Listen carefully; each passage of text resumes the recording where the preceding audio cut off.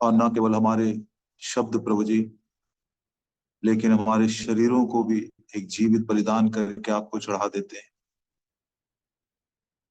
ताकि आपकी इच्छा जैसे स्वर्ग में पूरी होती है वैसे हमारे भी जीवन में पूरा हो। आपका राज्य आए, धार्मिकता शांति से बना हुआ वो राज्य इस पृथ्वी पर स्थापित हो सके। धन्यवाद देते, आपने हमें ढूंढकर चुन लिए हैं, उद्धार दिए हैं, और प्रभु यीशु मसीह के अच्छे सिपाही के समान हमको आपने चुनकर उस परमेश्वर की सेना में, द होस्ट ऑफ गॉड, उसमें हमको शामिल किए। हे दयालु पिता, अच्छे सिपाही के समान तैयार होने के लिए और जिस उद्देश्य से आपने हमको चुना उसको भी पूरा करने के लिए आज हम आपके चरणों के पास बैठे हैं।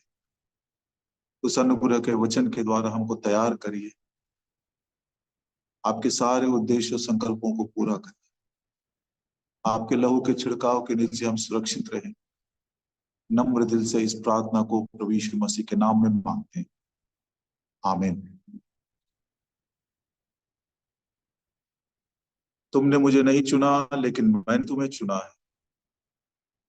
मैंने तुम्हें संसार में से चुन लिया है। मैंने तुम्हें उद्धार देने के लिए चुना है।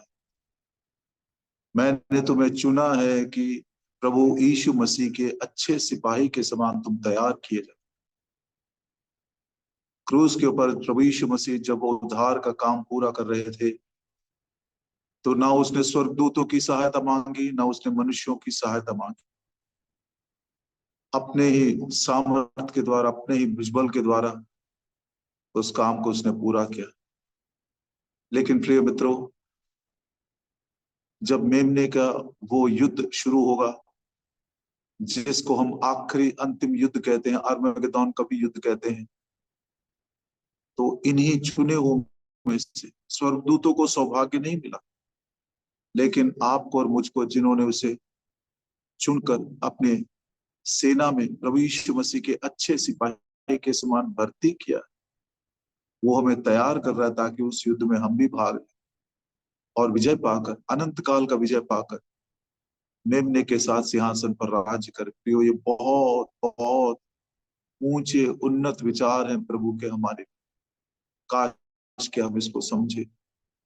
और इसलिए तिमुथियुस जवान को लिखते हुए पौलुस कहता है, अच्छे सिपाही के समान दुख उठा, अनुशासन में रहना, क्रूस उठाकर उस दुख को, उस अनुशासन को सहते सहते तैयार हो जाना, मानसिक दृष्टि से और शारीरिक दृष्टि से, ताकि परिस्थितियां कैसे भी विपरीत क्यों ना हो, काम रुके नहीं, युद्ध थमे नहीं, हम आगे बढ़ते चले जाए। और जो व्यक्ति अपने आप को इस रीति से समझ लेता है कि मैं प्रभु यीशु मसीह का सिपाही हूं, संसार की बातों में उलझता नहीं है, शरीर की अभिलाषा, आंखों की अभिलाषा, जीविका का घमंड। अच्छा सिपाही मतलब एक बुरा सिपाही भी हो सकता है। आज हमको जांचना है, परखना है कि क्या मैं प्रभु यीशु मसीह का अच्छा सिपाही हूं या मैं बुरा सिपाही हूं। हिंदी में वो शब्द नहीं आया, लेकिन इंग्लिश में आया है। 2 Timothy chapter 2 and verse 4. Sorry, verse 3. As a good soldier of Jesus Christ. अच्छा सिपाही। क्या मैं संसार की बातों में उलझकर बुरा सिपाही बन गया हूं? क्या मैं भर्ती करने वालों को प्रसन्न ना करते हुए मैं कोई बुरा सिपाही बन गया हूं? या अच्छे योद्धा के समान मैं नहीं? प्रभु इस वचन के द्वारा, इस वचन की ज्योति में हमको जांचे, परखे, अच्छा सिपाही बनने के लिए हमारी सहायता करें। अच्छा सिपाही बनने के लिए कुछ और गुण लक्षणों को हम वचन से ही सीख सकते हैं। एक, दाऊद की से विस्तार से हमको समझाया गया है। पढ़ते हैं पहला इतिहास उसका 12 अध्याय 22 वचन, 1 Chronicles chapter 12 and verse 22। वरन प्रतिदिन लोग दाऊद की सहायता करने को उसके पास आते रहे, यहाँ तक कि परमेश्वर की सेना के समान एक बड़ी सेना बन गई। दिन प्रतिदिन, डे बाय डे, लोग दाऊद की ओर मन फेरकर उसकी सेना में भर्ती होने के लिए आ रहे थे। उसकी सेना बढ़ती चली गई और दाऊद की सेना परमेश्वर की सेना के समान बन गई। ये हमें वर्तमान दिनों में क्या सिखाता है? प्रेरितों के काम उसका 2 अध्याय और उसके 47 वचन में हम पढ़ते हैं, Acts of Apostles chapter 2 and verse 47, और परमेश्वर की स्तुति करते थे और सब लोग उनसे प्रसन्न थे, और जो उद्धार पाते थे उनको प्रभु प्रतिदिन उनमें मिला देता था। जैसे दाऊद की सेना में हर रोज लोग आते थे और सेना की संख्या बढ़ती बढ़ती चली गई, न केवल संख्या में लेकिन बल और सामर्थ्य में, अच्छे गुणों से संपन्न। ऐसे ऐसे सद्गुण हमारे अंदर भी होने चाहिए। इसलिए हम दाऊद की सेना का थोड़ा सा हम उसको पढ़ेंगे और उसमें से कुछ पाठ हम सीखेंगे। और इन दिनों में कुछ प्रचारक लोग कलीसिया को मिलिटेंट चर्च भी कहते हैं। ये कलीसिया जो सेना के समान है, युद्ध वीरों से भरा हुआ है, प्रभु यीशु मसीह के अच्छे सिपाही हैं। प्रभु यीशु मसीह इब्रानियों की पत्री 2 अध्याय 10 वचन के अनुसार हमारा कप्तान है, कैप्टन है वो। मतलब कलीसिया भी एक सेना के समान है। It is like an army, the army of good soldiers of Jesus Christ.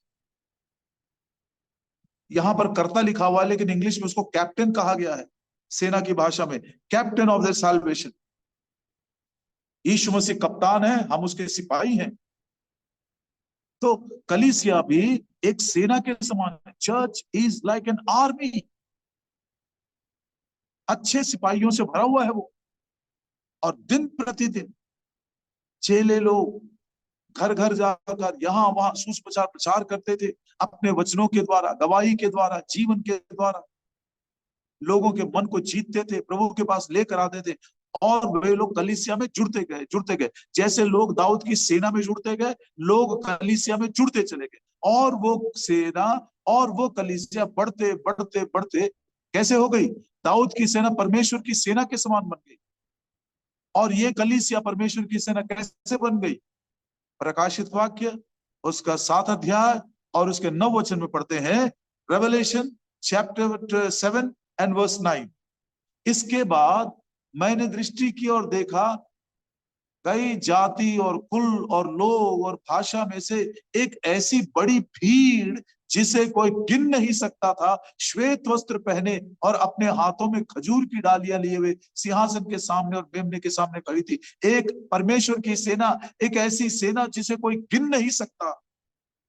Dawood की सेना परमेश्वर की सेना के समान बन गई जो अनगिनत है।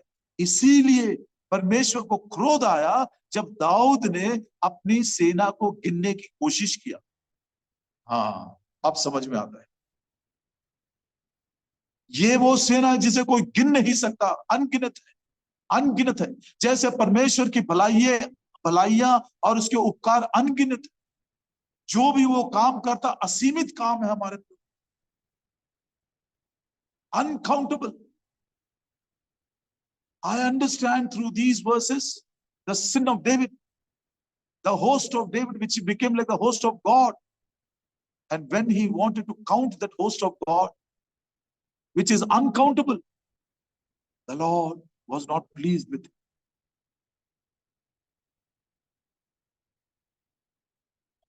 और ये क्या कर रहे थे? अपने हाथों में खजूर की डालियां लिए हुए, श्वेत वस्त्र पहने हुए सिंहासन के सामने खड़े हैं। श्वेत वस्त्र का मतलब है, पूछा गया 14 वचन में उसका अर्थ हमें बताया गया है।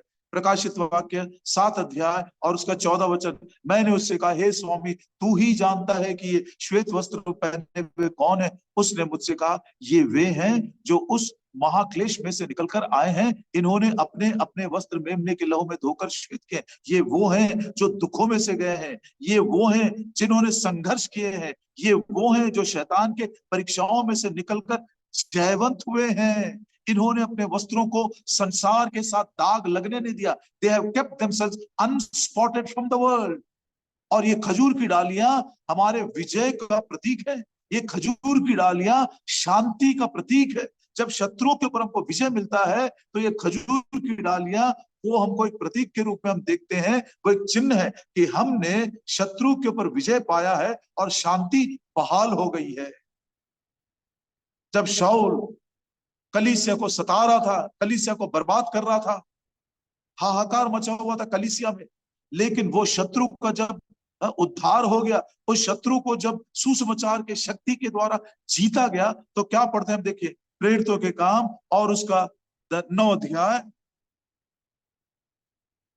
बड़ा सुंदर सा वचन है, प्रेरितों के काम और उसका 9 अध्याय, एक मिनट वो वर्ष मैं आपको बता देता हूं। प्रेरितों के काम उसका 9 अध्याय और उसकी आयत है 31 एक्स 9:31। इस प्रकार सारे यहूदिया और गलीलिया और सामरिया में कलीसिया को चैन मिला। इंग्लिश में लिखा हुआ है, then had the churches rest throughout all Judea, Galilee and Samaria। Rest मिला, आराम मिला, शांति मिला। कब? जब शाऊल पौलुस बन गया। 9 अध्याय में उसका परिवर्तन हुआ। जब शत्रुओं को जीत लेते हैं तब प्रियो हमको आराम, चैन और शांति मिलती है। खजूर के पेड़ का, खजूर की डालियों का ये सुंदर प्रतीक है कि ये लोग वे हैं जो युद्ध में से गए हैं, परीक्षाओं में से गए हैं, संघर्ष में गए हैं, संसार के क्लेश में से गए हैं और वे जयवंत हुए हैं खजूर की डालियां लिए। प्रभु यीशु मसीह ने कहा, मत डरो, मैंने भी संसार को जीत लिया है। कितना सुंदर यह विचार हमारे लिए। इजराइल का डिफेंस मिनिस्टर जो दुनिया के सिपाहियों में से बहुत ही मशहूर है, जिसके नाम को बड़े सम्मान के साथ लिया जाता है, उसका नाम मोशे दयान है। एक आंख वाला, बड़ी भीड़ में भी हम उसको पहचान सकते हैं। उसने क्या कहा मालूम? We live because we fight. हम जिंदा रहते हैं क्योंकि हम युद्ध करते हैं। क्या मैं एक अच्छा सिपाही हूं? क्या मैं इस युद्ध के लिए डिसिप्लिन के द्वारा तैयार किया गया? क्या संसार से मैंने दोस्ती की है या संसार के साथ मेरी दुश्मनी है? सोचना है, क्या मैं संघर्षों में से, परीक्षाओं में से जयवंत होकर निकल रहा हूं? आइए प्रियो, यही दाऊद की सेना जो दिन प्रतिदिन लोग बढ़ते बढ़ते जुड़ते चले गए, बढ़ता चला गया और वो परमेश्वर की सेना के समान बन गया। उसी सेना के कुछ सिपाहियों के गुण लक्षण आप इसको पहला इतिहास उसका 12 अध्याय उसके 1 वचन से लेकर आखिरी वचन तक पढ़ सकते हैं, लेकिन मैं पूरा अध्याय अभी नहीं पढ़ूंगा ना। उसमें से हम समझ सकते हैं। कुछ घर का काम, होमवर्क आपको भी मैं देना चाहता हूँ। कई बार मैंने मनन किया, लेकिन उन्हीं सिपाहियों में से, उस सेना की सिपाहियों में से 5 गुण लक्षण आपको हम बताना चाहते हैं। मैं फिर से उस वचन को पढ़ देता हूं। वरन प्रतिदिन लोग दाऊद की सहायता करने को और उसके पास आते रहे, यहां तक कि परमेश्वर की सेना के समान एक बड़ी सेना बन गई। इन वर्तमान दिनों में वही परमेश्वर की सेना कौन है? कलीसिया। रोज रोज, दिन प्रतिदिन दुनिया के किसी ना किसी कोने में सुसमाचार के द्वारा लोग उद्धार पा रहे हैं, कलीसिया में जुड़ते जा रहे हैं, कलीसिया की संख्या बढ़ती जा रही है। और जब वो महिमा में प्रकट होंगे, असंख्य है वो, देशों में से, भाषाओं में से, कुलों में से, जातियों में से, स्त्रियों में से, पुरुषों में से, छोटों में से, बड़ों में से, कालों में से, गोरों में से, धनी लोग जो है धनवान में से, गरीबों में से। वो प्रभु जी, क्या अद्भुत है आपका काम है। बड़ी भीड़ जो कोई गिन नहीं सकता। पहला गुण लक्षण उन सिपाहियों में से। हर बात आज कलीसिया में कितना सुंदर लागू होता है। पहला इतिहास 12 अध्याय 1 और 2। पहला इतिहास उसका 12 अध्याय 1 और 2 वचन। पहला गुण लक्षण उन सिपाही, और यही वो पहला गुण लक्षण है उन अच्छे सिपाहियों का, प्रभु यीशु मसीह के अच्छे सिपाहियों का, जो जीवित परमेश्वर में उसमें वो जुड़ गई है। जब दाऊद निकल कर जब दाऊद सिकलग में कीश के से शाऊल के डर के मारे छिपा रहता था, तब ये उसके पास वहां आए, और ये उन वीरों में से थे जो युद्ध में उसके सहायक थे, हेल्पर्स ऑफ द वॉर। ये धनुर्धारी थे जो दाहिने बाएं हाथों से गोफन के पत्थर और धनुष के तीर चला सकते थे, और ये शाऊल के भाइयों में से बिन्यामीनी थे। बड़ा प्रियो, बिल्कुल नरम हो जाता है इसको पढ़ने से। दाऊद की सहायता करने के लिए, युद्ध में सहायक होने के लिए, दाऊद की सेना में सिपाही के समान भर्ती होने के लिए सबसे पहले कौन आए थे? बिन्यामीन के गोत्र के थे, शाऊल के भाई थे।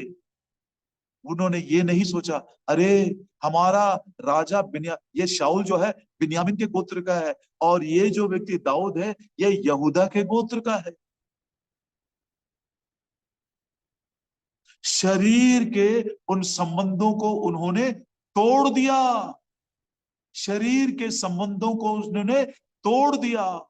और इस रीति से, चाहे वो बिन्यामीन के गोत्र के थे, चाहे वो शाऊल के भाइयों में से थे, उन्होंने यहूदा के गोत्र का वो व्यक्ति, एक चरवाहा दाऊद को उन्होंने एक राजा के हैसियत से चुनकर उसके राज्य की प्रतिष्ठा बढ़ाने के लिए, उसके राज्य को स्थापित करने के लिए युद्ध में सहायक होकर आए। नए नियम की कलीसिया का ये बहुत ही ऊंचा विचार है, जहां पर शरीर के सारे संबंधों को प्रभु यीशु मसीह ने क्रूस के ऊपर तोड़कर मनुष्य को मनुष्य के साथ मेल मिलाप कर दिया।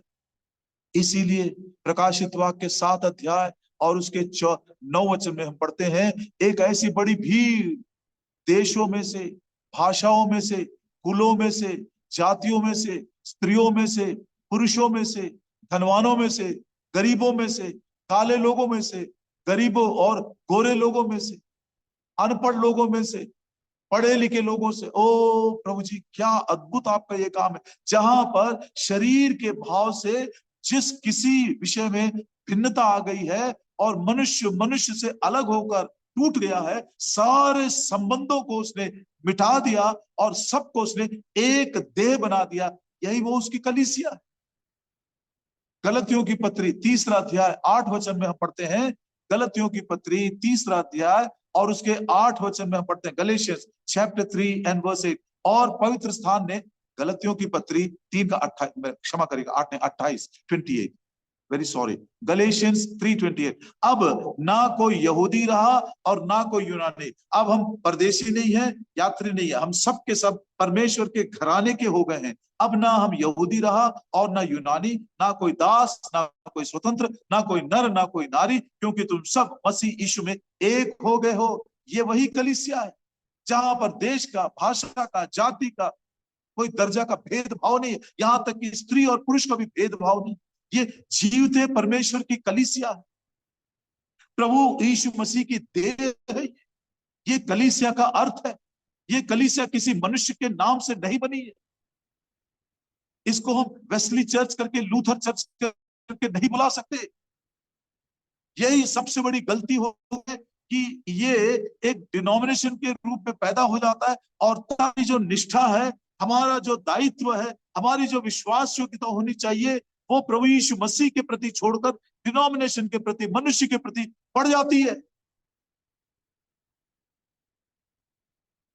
ऐसा मेरा मन कहता है कि इन दिनों में हम भी जो इस कलीसिया को नॉन डिनोमिनेशनल बोलते तो हैं, लेकिन प्रभु यीशु मसीह के बाद जिस शब्द का हमने दुरुपयोग किया है वो है बक्सिंग का नाम, बिना अर्थ के। जैसे पुराने नियम में लोगों ने उस सर्प के, पीतल के सांप को, उसी की पूजा करने लगे।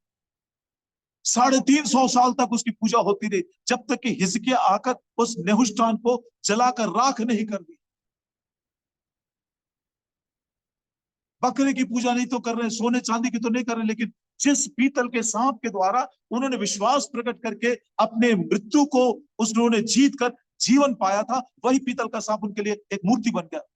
जब तक हिजकिय्याह उसको बर्बाद नहीं किया। तो शायद प्रभु यीशु मसीह के नाम के बाद जिस नाम का हम बहुत ज्यादा दुरुपयोग करते हैं वो है मनुष्य का नाम। चाहे वो वेस्ली का नाम हो, चाहे वो लूथर का नाम हो, चाहे वो बक्सिंग का नाम हो, चाहे और किसी का नाम। और ये वो कलीसिया है जिसे किसी प्रांत के नाम से नहीं बन सकती है। नॉर्थ इंडिया का चर्च है, ये साउथ इंडिया का चर्च है, नहीं बोल सकते हैं। ये वो कलीसिया है जो किसी भाषा के आधार पर नहीं बनती है। इसको हम तेलुगु चर्च या तमिल चर्च या मराठी चर्च नहीं बोल सकते। ये वो चर्च है किसी देश के नाम से नहीं बनती है। अमेरिकन मिशन, ये मराठा मिशन है, ये नहीं तो ये इसको एक स्कॉटिश मिशन, ऐसा बोल नहीं सकते हम। इसी के कारण ये डिनोमिनेशंस पैदा हो गए, भिन्नताएं आ गई है। मसीह की देह में कितने प्रकार के अलगाव आ गए हैं, और ये सेना मजबूत होने के बजाय बटा हुआ है, बटा हुआ है। शाऊल के भाइयों में से सबसे पहले जब दाऊद की सेना का वृत्तांत हमको दिया गया था, तो सबसे पहले उस सेना में शाऊल के भाई लोग आए, बिन्यामीन के गोत्र के। किसके पास?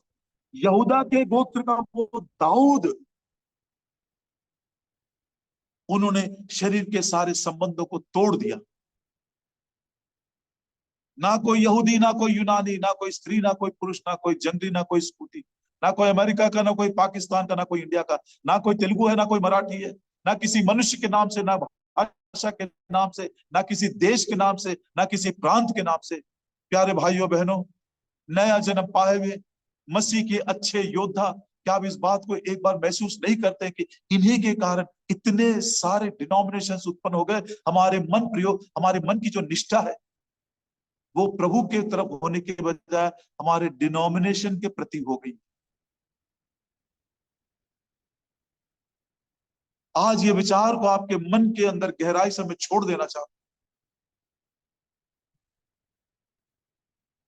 प्रभु यीशु मसीह आखिरी रात जब अपने चेलों के साथ बैठे हुए थे, यूहन्ना सुसमाचार का 17 अध्याय और उसके 2 वचन में उसने कहा, हे पिता, जो काम तूने मुझको दिया था मैंने उस काम को पूरा कर दिया।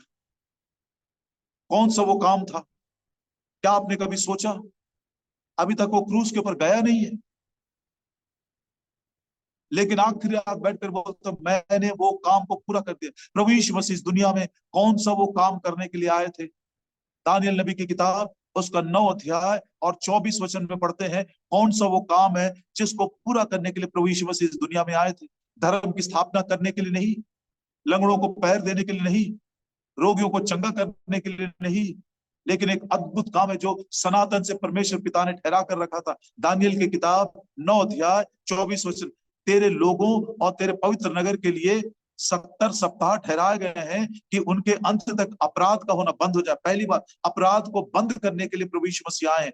दूसरा, पापों का अंत करने के लिए इस पृथ्वी पर आए हैं। अधर्म का प्रायश्चित करने के लिए आए हैं, और युग युग की धार्मिकता प्रकट करने के लिए आए हैं। सोच कर देखिए इसको, इन कामों को पूरा करने के लिए आए हैं। ये काम इतना बड़ा है, इतना विशाल है, इतना गहरा प्रयोग, हम तो इसको सोच भी नहीं सकते, इसको समझ भी नहीं सकते, इसको हम प्रयोग इसको हम बता भी नहीं सकते।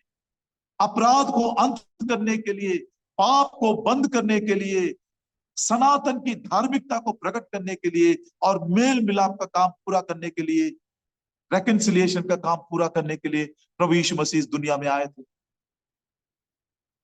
उसमें से आज के वचन के अनुसार जो हमारे लिए उपयुक्त है और जो लाभकारी है, वो एक विचार को हम देखेंगे।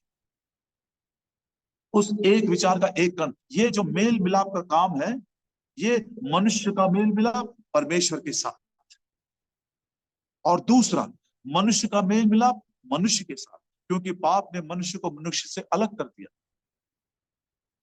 ये पहले भी मैं बता चुका हूं, जैसे पाप प्रवेश किया तो सबसे पहले पति और पत्नी अलग हो गए। उत्पत्ति की किताब 5 अध्याय और उसके 2 वचन में पढ़ते हैं। उत्पत्ति की किताब 5 और उसका 2, the book of Genesis chapter 5 and verse 2, उसने नर और नारी करके मनुष्य की सृष्टि की और उन्हें आशीष दी, और उनकी सृष्टि के दिन उनका नाम आदम रखा। उनका मतलब नर का नाम भी आदम था, नारी का नाम भी आदम था। लेकिन जब पाप प्रवेश किया, इसीलिए आदम कह सका, तू मेरे हड्डियों में की हड्डी और मेरे मांस में की मांस, एक ही तन थे वो, दे शैल बी वन फ्लेश। लेकिन जब पाप आ गया तो दोनों अलग हो गए, एक दूसरे के ऊपर वो इल्जाम लगाने लगे। और तब आदम ने कहा, मैं आदम हूं, तू हवा है। हवा जो नाम है स्त्री को, नारी को, परमेश्वर ने नहीं दिया। परमेश्वर ने दोनों को एक ही नाम दिया। उसकी एकता देखिए, उसकी महिमा देखिए, उसकी सृष्टि देखिए, सृष्टि की खूबसूरती देखिए। नर भी आदम, नारी भी आदम। ये पाप के कारण जो अलगाव आ गया था, बाद में कैन दूर हो गया।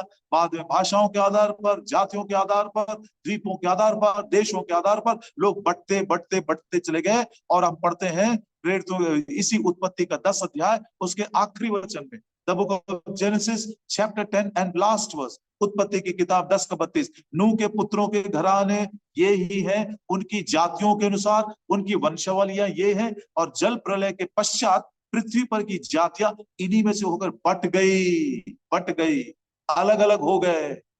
जातियों के आधार पर, देशों के आधार पर, जाति और भाषा के आधार पर स्त्री और पुरुष भी अलग अलग बट गए। लेकिन कलवरी के क्रूस के ऊपर प्रभु यीशु मसीह ने शरीर के सारे उन भिन्नताओं को मिटा डाला, निस्तनाबूद कर दिया, और विजय के साथ उसने मसीह यीशु में सबको एक कर दिया। यही बात हमने गलतियों की पत्री 3 अध्याय 28 वचन में पढ़े। मैं सोच रहा था, पिछले रात को भी प्रार्थना कर रहा था, सुबह भी सोच रहा था, हे प्रभु यीशु, यदि हम सब के सब यही बोले होते, मैं वो डिनोमिनेशन का नहीं हूं, मैं ये डिनोमिनेशन का नहीं हूं, हम तो नॉन डिनोमिनेशनल भाई बक्सी के मंडली के, ये सारे विचार हमारे मन के अंदर नहीं घुसते, तो हम ये बोल सकते, मैं प्रभु यीशु मसीह का अच्छा सिपाही हूं, मैं प्रभु यीशु मसीह का सिपाही हूं।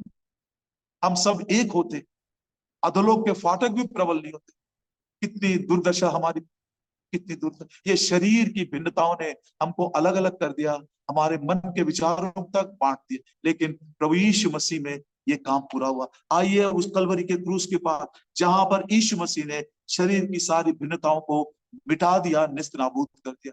क्रूस के ऊपर प्रभु यीशु मसीह ने कई शब्द को कहा, उनमें से एक शब्द ये है, मरियम को देखकर वो यूहन्ना से कहता, देख ये तेरा बेटा है, हे स्त्री ये तेरा बेटा है। क्या यूहन्ना प्रभु यीशु मसीह का बेटा है, मरियम का बेटा था? नहीं था। असल में मरियम सोच रही थी कि यीशु मसीह मेरा बेटा है, लेकिन प्रभु बोलता, नहीं, मैं तेरा बेटा नहीं हूं। शरीर के अनुसार तूने मुझको जन्म दिया, इसलिए तू मुझको बेटा मान रही है, लेकिन आज उस शरीर के संबंध को मैं तोड़ देता हूं। मरियम को उसने यूहन्ना के साथ जोड़कर बोलता, ये तेरा बेटा है। जो शरीर का संबंध था, प्रभु ने उसको तोड़ दिया। दूसरा, यूहन्ना को देखकर वो बोलता, देख ये तेरी माँ है। कभी सोचा आपने, क्या मरियम यूहन्ना की माँ है? नहीं है। यूहन्ना की माँ सलोमी वहां पर क्रूस के पास खड़ी है, लेकिन वो मरियम को संकेत करते हुए, इशारा करते हुए प्रभु कहते, ये तेरी माँ है। मतलब जो शरीर का संबंध मरियम और प्रभु यीशु मसीह में पहले था, उसको उसने तोड़ दिया, और जो आत्मा का एक संबंध है जो पहले नहीं था, वो आत्मा का संबंध मरियम और यूहन्ना के साथ उसने जोड़ दिया। और यूहन्ना, उसकी मां वहां पर खड़ी भी थी। इसको कैसे समझा सके ये तो नहीं मालूम, लेकिन क्रूस के शक्ति के द्वारा, उस क्रूस घाती मसीह के ज्ञान और पहचान के द्वारा शायद हम इस बात को समझेंगे, और आज हम एक अच्छे सिपाही के समान ये बोल सकेंगे, प्रभु जी कितना अद्भुत काम ये मेल मिलाप का आपने किया, जहां पर क्रूस के सामर्थ्य के द्वारा, उस अद्भुत क्रूस के शक्ति के द्वारा, उस काम के द्वारा आपने मेल मिलाप को पूरा किए, शरीर के संबंध को तोड़ दिए, आत्मा का एक नया संबंध आपने जोड़ दिए। यही वो कलीसिया है।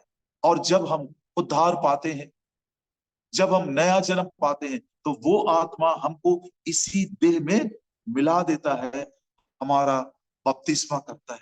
इसको पवित्र आत्मा का बपतिस्मा भी कहते हैं। When the Holy Spirit baptizes us into the body of Christ। वो वचन पढ़कर आज के लिए हम बंद कर देंगे। कुरिन्थियों की पहली पत्री, उसका 12 अध्याय, मैं सोचता हूँ 12 वचन, पहला कुरिन्थी 12 अध्याय 12 वचन, 12 और 13। क्योंकि जिस प्रकार देह तो एक है और उसके अंग बहुत से हो सकते हैं, और उस एक देह के सब अंग बहुत होने पर भी साथ मिलकर एक ही देह हैं, उसी प्रकार मसीह भी है।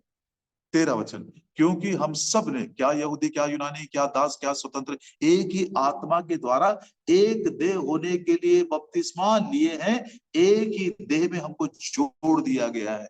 नया जन्म पाए हुए लोग कलीसिया में जुड़ रहे थे, और ये वो कलीसिया उसकी देह है, जीवंत है। अलग अलग अंग हो सकते हैं, शरीर की भिन्नताओं को कलवरी के क्रूस के सामर्थ के द्वारा प्रभु यीशु मसीह ने तोड़ दिया, निस्तनाबूद कर दिया।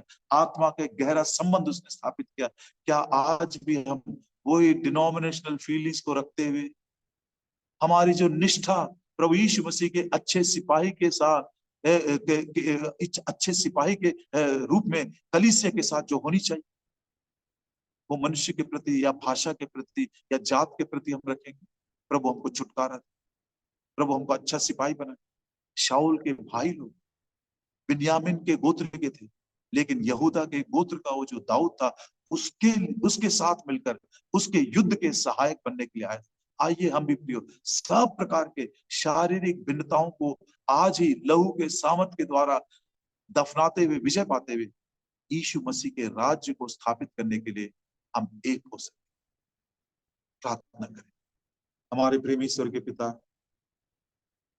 आपके काम क्या अद्भुत हैं, कितने गहरे हैं, कितने विशाल हैं प्रभु जी, हम उसको अपने शब्दों में बता नहीं सकते। बहुत कोशिश करते हैं, लेकिन आप अपने आत्मा के द्वारा इस सच्चाई को प्रकट करें कि हम यीशु मसीह के अच्छे सिपाही के समान उस युद्ध को जीते और मेमने के साथ मिलकर एक अंतिम लड़ाई को लड़ते हुए अनंत काल के उस विजय को प्राप्त करके मेमने के साथ महिमा में सिंहासन पर आरूढ़ हो सके। प्रभु जी, इस ऊंचे विचार के लिए हम आपको दंडवत करते हुए, प्रणाम करते हुए अपने आत्मा, प्राण और देह को समर्पित करते हैं। प्रभु यीशु मसीह के नाम में सुने और ग्रहण करें। आमीन।